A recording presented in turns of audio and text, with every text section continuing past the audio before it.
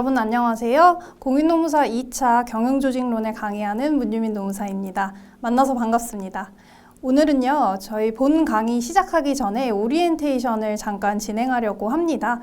오리엔테이션은요, 현재 강의가 어떻게 진행될 계획인지 대략적으로 설명을 드리고 또 경영조직론을 공부할 때는 어떤 방식으로 공부하면 좋을지에 대해서 설명드린 다음에 답안지 작성은 또 어떻게 접근하면 될지에 대해서 대략적으로 설명드리고자 합니다. 시작하기에 앞서서요, 저에 대해서 잠깐 소개해 드리려고 합니다. 저는 현재 노무사 사무소를 운영하고 있고 소위 말하는 필드에서 일하는 노무사로서 활동하고 있습니다. 과거에는 기업이라는 조직에서 일해보기도 하였고 대학교 때는 경영학을 학사로 전공하였는데요. 이러한 경험들을 종합해 볼 때 제가 현업 노무사로서 일해본 경험이 있기 때문에 여러분들한테 먼저 합격한 노무사로서 노무사 공부를 함에 있어서 어떤 방식으로 접근하면 좋을지 도움을 드릴 수 있을 것 같고, 또 우리가 경영조직론이라는 과목을 공부하잖아요. 조직에서 있어 본 경험을 활용해서 여러분들이 좀 어려운 개념이 있다라고 하면은 제가 조금 풍부한 사례를 들어서 설명드릴 수 있을 것 같아요. 더불어서 우리 경영학 과목은요, 답안지에 현출하실 때 조금 경영학적인 마인드를 조금 가지고 있다라는 뉘앙스를 조금 표출하실 수 있거든요. 그런 소소한 팁 같은 것들도 설명해 드릴 수 있을 듯 합니다. 강의 진행 계획에 대해서 대략적으로 설명을 드릴게요. 우리 강의는요, 핵심 이론 강의, 문제풀이 강의, 파이널 특강으로 이루어질 예정이고요. 상세 내용은 약간은 변동은 있을 수 있으나 핵심 이론 강의가 주된 내용을 이룰 것으로 생각이 됩니다. 분량이 조금 많은 편일 거고요. 핵심 이론 강의가 끝나고 난 다음에 문제풀이 강의로 넘어가게 된다라고 생각하실 수 있을 것 같습니다. 핵심 이론 강의에서는요, 우리 교재 다들 준비하셨죠? 교재에 있는 개념이라든지 이론들을 설명을 하게 되고, 저희 강의 같은 경우에는 교재를 중심으로 교재를 기반해서 진행이 됩니다. 그래서 교재는 꼭 준비를 해 두시고요.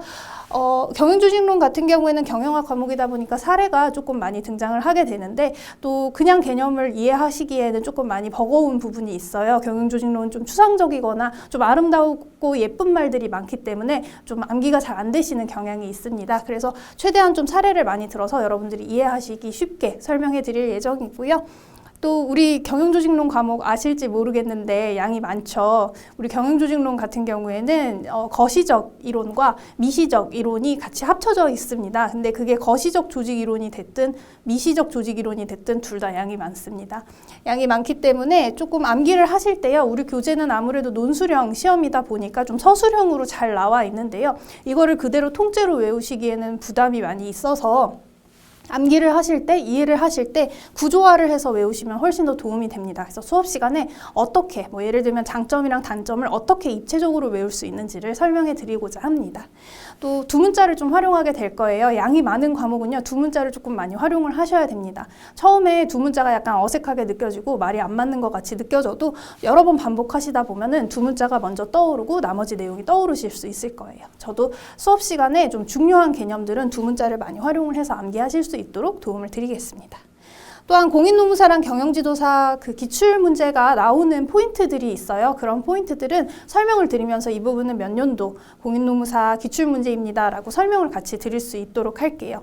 우리가 이제 경영지도사 기출문제 같은 경우에 어떠한 시기적인 근접성을 두고 공인노무사에도 기출이 된다라는 이야기가 있는데요. 실제로 제가 시험을 봤던 해에도 저는 시험장에 들어가기 전에 한 달 전쯤에 그 경영지도사 기출문제 같은 것들을 조금 최근 한 5, 6개년을 좀 분석을 해보고 이런 문제가 나오면 이렇게 접근을 해야겠다라고 하고 시험장에 들어간 적이 있었는데요. 그때 시험장에서 어떤 문제가 나왔는데 경영지도사에서 출제됐던 문제랑 약간 유사한 형태로 출제가 되었어요.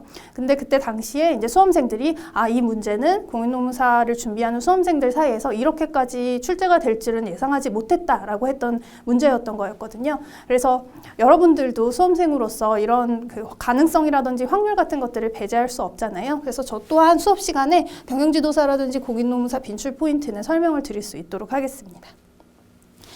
핵심 이론 강의가 끝나면 문제풀이 강의로 넘어가게 됩니다. 우리 교재 보셨는지 모르겠는데요. 우리 교재에 개념 파트가 조금 지나고 난 다음에 교재 말미 부분에 보시면은 각 챕터마다 최신 기출문제나 주요 기출문제들이 있습니다. 그래서 주요 기출문제를 풀이하면서 거기 보면 이제 예시 답안이 나와 있거든요. 뭐 예시 답안대로 푸실 수도 있지만 다른 방식으로 접근하실 수 있다면 어떤 방식으로 접근하실 수 있는지를 실제로 보여드리면서 답안을 어떻게 작성하는지 체득하실 수 있도록 진행할 예정입니다. 마지막은 파이널 특강인데요. 파이널 특강은 말 그대로요. 최종 리마인드 차원에서 진행하는 강의라고 생각하실 수 있을 것 같아요. 물론 이 강의만 들었다고 해서 당연히 시험을 볼 수는 없겠죠. 여러분들이 이제 나중에 시험이 임박하게 되면은요. 이제 뭔가를 좀 정리해보고 싶고 내가 모르는 게 어디에 있는지 내가 아는 거는 어느 정도인지를 조금 확인해보고 싶은 불안한 마음이 생기실 거예요. 그래서 그런 마음을 약간은 잠재우고자 우리가 최종 특강을 통해서 어떤 부분에 어떤 지점이 있는지 어떤 부분에 어떤 이론이 있는지를 확인해 보실 수 있는 차원으로 진행된다라고 생각해 보실 수 있겠습니다. 넘어가서요. 경영조직론 공부 방법에 대해서 잠깐 설명드리고자 합니다. 사실 공부 방법이라는 건요. 정답이 없고 이게 맞다, 틀리다라는 게 없어서 제가 설명드리기는 조금 조심스러운 부분이기는 해요. 우리가 학교 다닐 때 생각해 보시면은요. 필기 노트를 정리하는 게 친구들마다 정리하는 방식이 다 다르잖아요. 예쁘게 정리하는 친구도 있고 좀 지저분하게 정리하는 친구도 있는데 그게 어느 게 더 정답이다라고 할 수 없는 거잖아요. 마찬가지로 공부 방법도 사실 합격에 이른다면 어떤 방법을 취하시든 상관이 없습니다. 그렇지만 제가 수험생이었을 때를 떠올려 보면은 저 또한 합격했던 분들이 어떤 방식을 썼는지 많이 궁금했었던 것 같아요. 그래서 제가 이제 참고 차원에서 공부 방법을 설명드릴 건데 들어보시고 아 이거는 좀 나랑 안 맞는데 라고 하시면 그냥 넘어가셔도 괜찮습니다. 우리가 오늘 이렇게 이 자리에서 같이 공부하는 이유가 뭘까요? 여러분의 목표는 무엇인가요? 시험장에서 정답을 누구보다 최대한 많이 쓰는 거겠죠. 그래서 제한된 시간에 많이 쓴다라고 생각을 하시면요. 그 다음부터 여러분들이 공부하실 때 목표가 조금 더 클리어해집니다. 그래서 여러분들이 하실 거는 큰 그림을 이해하고 세부 내용을 암기하시는 것이라고 생각하시면 돼요. 이 두 가지는 같이 진행을 한다고 생각을 하실 수 있는데 큰 그림 이해하기가 무엇인가 하면은 우리가요 이제 여러분들 컴퓨터 쓰실 줄 알면요 컴퓨터에 들어가면 폴더가 있습니다. 폴더에 들어가 보면 예를 들어서 경영조직론이라는 폴더가 있다라고 해볼게요. 그럼 경영조직론에는 개인 차원의 변수를 이야기하는 폴더도 있고 집단 차원의 변수를 이야기하는 폴더도 있고 조직 차원의 변수를 이야기하는 폴더도 있습니다. 그래서 그 각각의 폴더에 들어가 보면 예를 들어서 개인 차원의 폴더에 들어가 보면 이 안에 뭐 지각도 있고 감정도 있고 태도도 있고 스트레스도 있는 거예요. 그런 식으로 여러분들이 공부하실 때 의식적으로 어떤 개념 아래에 어떤 개념이 배치가 되어 있는지를 의식적으로 인지하시면서 공부를 하셔야 됩니다. 그리고 그걸 반복하시다 보면 그거를 외우실 수도 있게 되실 거예요. 그래서 어떤 개념이 등장하면 하위 개념은 뭐다. 반대로 하위 개념이 등장하면 상위 개념은 뭐다. 그리고 동등한 수준에 있는 개념은 이렇게다라고 해서 습관적으로 의식적으로 외우시고 학습하시려는 노력을 하셔야 됩니다. 그게 가능하셔야지 만약에 이제 불현듯 시험장에서 어떤 단문형이라든지 어떤 논술형 문제가 출제가 됐다라고 하면 그 개념과 연관된 개념을 다 적시를 하실 수 있는 거예요. 그래서 우리가 수험가에서는 뭐 우리 수험가뿐만 아니라 다른 시험에서도 목차 형광펜 작업 많이 하잖아요. 그게 그런 거거든요. 책을 펼쳤을 때 같은 수준에 있는 목차는 같은 색으로 색칠을 하고 다른 수준에 있는 목차는 또 그와 같은 색깔로 색칠을 하면서 우리가 회독을 하면서 그 색깔만 봐도 아, 이 목차는 같은 수준의 목차구나라는 걸 한번 의식하고 넘어가자는 거거든요. 근데 만약에 여러분들이 뭐 형광펜 작업하는 게 시간도 많이 걸리고 부담스럽다라고 하시면 그걸 안 하시더라도 그냥 이 큰 그림만 이해되신다면은 크게 방법은 상관이 없습니다. 큰 그림을 이해하시면서요. 세부 내용을 암기하셔야 되는데요. 경영조직론은 암기 과목이다라는 말씀 종종 들으셨죠. 양도 많기 때문에 열심히 암기를 하셔야 됩니다. 암기하시는 방법은 여러 가지가 있을 수 있어요. 저도 제가 수험생이었을 때 여러 가지 방법을 썼었습니다. 뭐 책을 덮어보고 뭐 타이핑을 쳐서 주요 키워드를 현출해 본다든지 아니면 그냥 그게 귀찮으면 친구한테 말한다라고 생각하고 말해보든지 아니면 머릿속으로 그냥 떠올려 보기도 했습니다. 어떤 방식을 사용하시든 여러분한테 편하신 방식을 사용하시면 되는 거고요. 저 같은 경우에는 그래도 손으로 쓰는 방식은 조금 지양하라고 설명드리고 싶어요. 왜냐하면 여러분들이 보실 시험은 굉장히 긴 시간에 걸쳐서 많은 양을 써야 하는 시험인 거잖아요. 그래서 손으로 쓰시면서 암기를 하시게 되면은 아무래도 손목이 많이 무리가 갈 수 있어서 손목은 최대한 아끼시고 다른 방식을 활용하셔서 열심히 암기하시면 됩니다. 암기는요, 어떤 걸 하시게 되냐면요, 제일 중요한 거는 우리 경영학 과목은요, 항상 개념을 좀 확실하게 암기를 하셔야 됩니다. 여러분들 지금 법 과목 공부하고 계신다면요, 법의 시작점은 법 조문이잖아요. 반대로 경영학은 경영학의 시작점은 개념에서 출발을 하는 거거든요. 그래서 개념을 확실하게 알고 있다라는 거를 채점자한테 보여주셔야 됩니다. 꼼꼼하게 암기를 하셔야 되고요. 개념이 잘 암기가 되면은요, 거기서 연상을 해서 장단점도 쉽게 암기할 수 있는 경우가 굉장히 많아요. 그런 건 이제 제가 수업 시간에 설명드릴 예정이고요. 그 외에도 뭐 학자, 그리고 이론 내용, 그리고 그 이론이 나오면 항상 그 이론의 공헌, 시사점, 혹은 반대로 한계에 대해서 논할 수밖에 없거든요. 그래서 그런 것들도 여러분들이 조금 꼼꼼하게 암기하셔야 됩니다. 암기하실 때는요, 우리 책 이렇게 열어보시면 글이 되게 많잖아요. 그 모든 문장을 다 외우시는 게 아니라 우리가 글을 쓴다라는 건요, 사람마다 좀 문체도 다르고 어미도 다르고 조사도 다를 수 있잖아요. 그런 건 상관없지만 키워드는 암기를 하셔야 됩니다. 키워드를 적재적소에 배치를 하셔서 채점자한테 내가 정답을 알고 있다는 거를 어필하셔야 돼요. 그런 키워드가 무엇인지 제가 수업 시간에 핵심 이론 강의 설명하면서 설명을 드리도록 하겠습니다. 그리고 암기하실 때는 양이 많기 때문에 앞서서 말씀드린 것처럼 두 문자 활용하셔서 암기를 반복하실 수 있고요. 그래프랑 도식도 조금 열심히 현출해 보시는 그런 노력이 필요하다는 생각이 듭니다. 매번 현출은 안 하더라도 좀 중요한 개념, 특히 우리 경영조직론에는 그 도표라든지 도식 같은 게 있어야지 이론을 설명할 수 있는 이론들이 많아요. 그래서 한 번쯤은 좀 중요한 이론들은 그려보시고요. 제가 이 말씀을 드리는 이유는요, 제가 실제로 그 시험장에서 시험을 볼 때 경영조직론은 그런 실수가 없이 클리어하게 잘 봤었는데 인사노무관리론 시험장에서 도식을 현출했어야 됐던 때가 있었어요.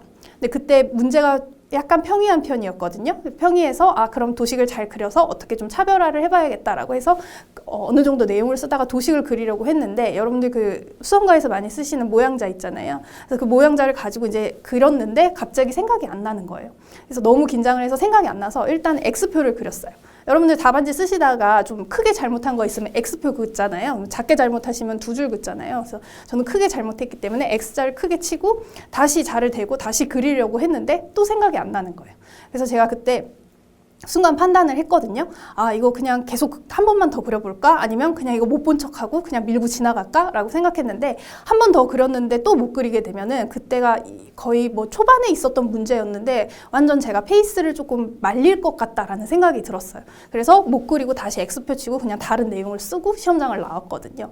물론 다행히 다른 문항이나 다른 내용들을 조금 풍부하게 잘 써서 시험 점수는 괜찮게 나왔는데, 만약에 제가 그때 도식을 좀 예쁘게 잘 그렸더라면 점수가 더 높을 수도 있었던 거잖아요. 그래서 여러분들은 저와 같은 과오를 범하지 마시고 그래프나 도식 같은 거는 조금 중요한 건 한 번쯤은 그려보실 필요가 있습니다. 또 이해가 되지 않아도 암기는 계속 하셔야 됩니다. 사실 제 개인적인 생각으로는요, 경영조직론은 약간 어려운 과목이라는 생각이 듭니다. 이해하기. 왜냐하면 학자들이 연구한 이론들을 집합해 놓은 것이기 때문에 우리 일반인들이 읽어서 한 번에 이해가 된다라고 보기는 많이 힘들 것 같아요.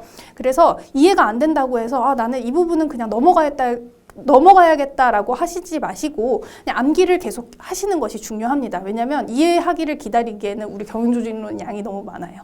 그래서 암기를 계속 하시고요. 저도 실제로 시험 보기 한 달 전쯤에 이제 그때 이해가 안 갔던 부분들이 이제서야 다 이해가 된다라는 느낌을 받았었어요. 그래서 저 같은 경우에는 암기를 먼저 하고 이해를 한 경우라고 볼 수 있겠죠. 그래서 여러분들도 암기를 멈추시지 마셔야 합니다. 마지막으로요, 시험 볼 때 무한 반복하셔야 됩니다. 우리 수험가에서는 회독한다라는 말이 있잖아요. 회독이라는 거는 반복해서 무언가를 본다라는 거잖아요. 반복해서 보면 볼수록 잔상에 많이 남습니다. 쉽게 생각해 보시면 여러분들 뭐 노래 하나만 계속 똑같은 노래 반복해서 듣다 보면 내가 원하지도 않는데도 가사를 외우게 되는 것과 같은 효과인 거거든요.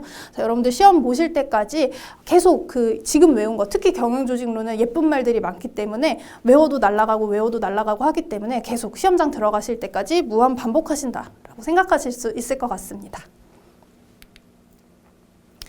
답안지 작성 팁에 대해서 조금 설명을 드리고자 해요. 물론 우리는 이제 문제풀이 강의를 진행을 하면서 제가 답안지 작성 방법에 대해서 조금 더 상세하게 설명드릴 예정인데, 그래도 우리가 어쨌든 우리 시험은 답안지를 쓰는 시험인 거니까 대략적으로 어떤 방식으로 접근하면 좋을지에 대해서 설명드리도록 하겠습니다. 우리 시험은요 100분 내 100점 문제가 출제가 됩니다. 최근에는 분설형 문제 출제 경향도 계속 고착화되고 있죠. 뭐 몇 년 전에는 6점짜리, 7점짜리 문제가 출제되기도 했고요. 작년에도 10점짜리 문제가 출제되기도 했습니다.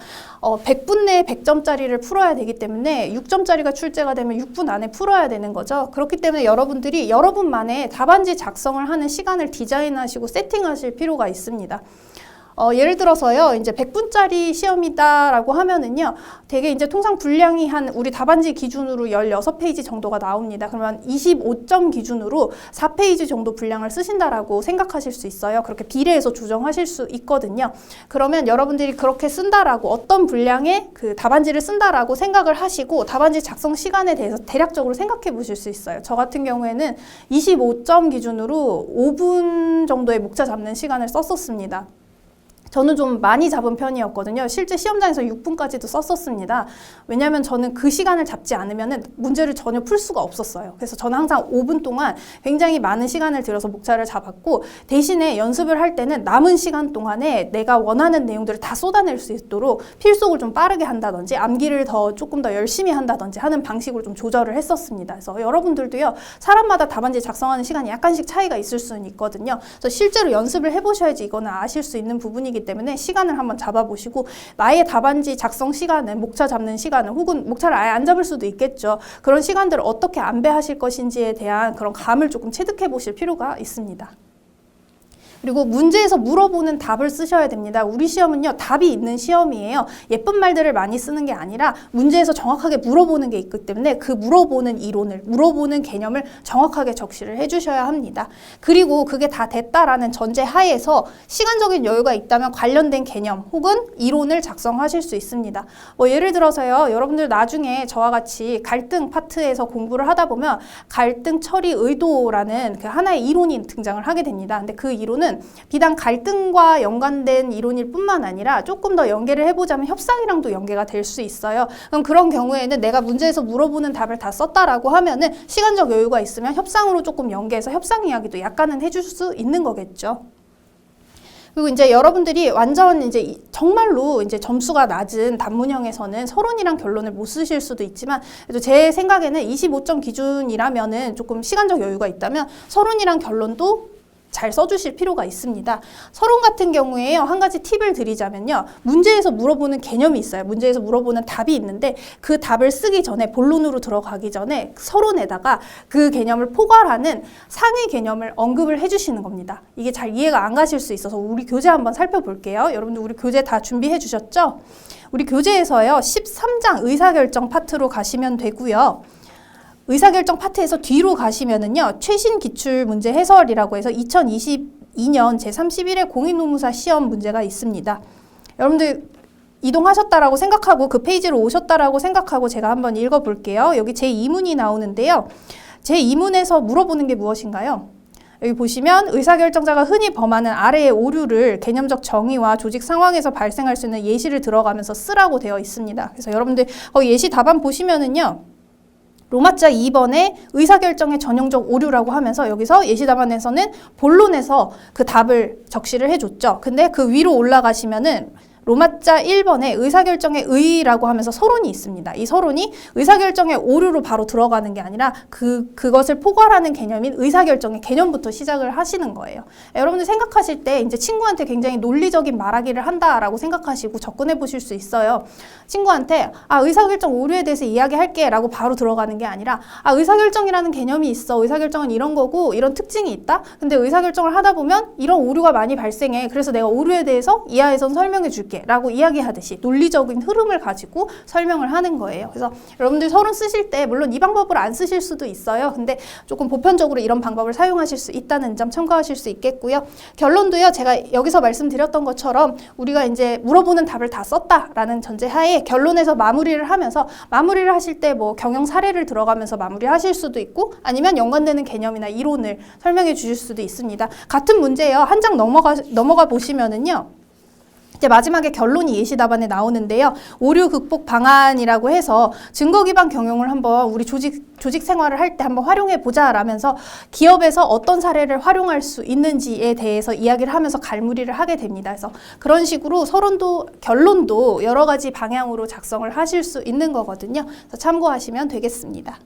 또 이제 답안지의 가독성, 이제 우리가 채점자가 볼 때 조금 읽기 쉽게 하자라는 이야기들도 많이 하죠. 답안지의 가독성을 높이실 필요가 있는데 우리 공인노무사 수험생들은 대부분 경영 과목 쓰실 때 이제 핵심 키워드들, 아까 이제 여기 이 문제에서 나왔을 때 의사결정 오류잖아요. 예를 들어서 의사결정 오류다라고 하면은 꺽쇠에다가 넣어서 핵심 키워드를 강조하시고는 하는데 여러분들도 그 방식 통해 가지고 내가 채점자한테 저 이렇게 키워드 알고 있습니다라고 강조하실 수 있겠습니다. 또 적절하게 문단을 나누실 필요가 있어요. 너무 길게 처음부터 끝까지 줄글로 쓰지 마시고 1번 개념, 2번 장단점 이런 식으로 문단을 바꿔가시면서 조금 읽는 사람으로 하여금 조금 편할 수 있도록 제시하실 수 있겠습니다.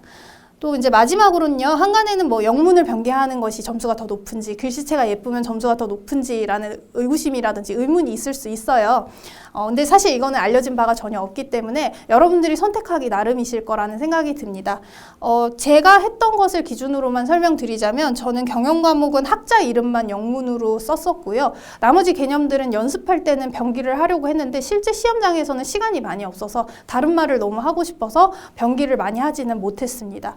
그래서 제가 생각했을 때 여러분들이 이거를 다 하셨다면 이게 여유가 된다면 영문 변기가 여유가 된다면 하실 수는 있을 것 같아요. 다만 주객이 전도돼서는 안 되겠죠. 그리고 여러분들이 영문명을 공부하시겠다라고 하시면 스펠링은 조금 정확하게 외우셔서 잘 연출하실 수 있도록 하실 필요가 있고요. 글씨체는요, 예쁘면 좋겠죠. 읽는 사람 입장에서 편하니까요. 근데 내가 글씨체가 많이 나쁘다라고 해서 지금 바꿀 수 있는 건 아니잖아요. 그거 바꾸면서 시간을 들이기보다 한자라도 더 외워서 한자라도 더 쓰시는 게 어떻게 보면 더 이득일 수도 있는 거잖아요. 그래서 그런 건 잘 판단하셔서 조금 더 예쁘게 쓰시려고 노력은 하시되 너무 스트레스 받지 마시고 그냥 채점자가 읽을 수 있을 정도로 쓸 수 있다면은 거기서 또 만족하실 수도 있을 거라는 생각이 듭니다. 마지막으로 한 가지만 더 이야기 드리고요. 오늘 오리엔테이션을 마치려고 합니다. 여러분들 아시는 분 있는지 모르겠는데 예전에 잠깐 유행했던 베스트셀러 중에 파울로 코엘료의 연금술사라는 책이 있습니다. 그 책에서 되게 좀 원래 유명했던 구절을 조금 한 번 더 인용을 했다라고 해요. 그래서 여기 보시면 갑자기 영어가 엄청 많이 나오는데 The darkest hour of the night came just before the dawn 이라는 문구가 있어요. 우리나라 말로 번역을 하자라고 하면은 가장 어두운 때는 해 뜨기 직전이다, 동트기 직전이다 라는 말이 있어요.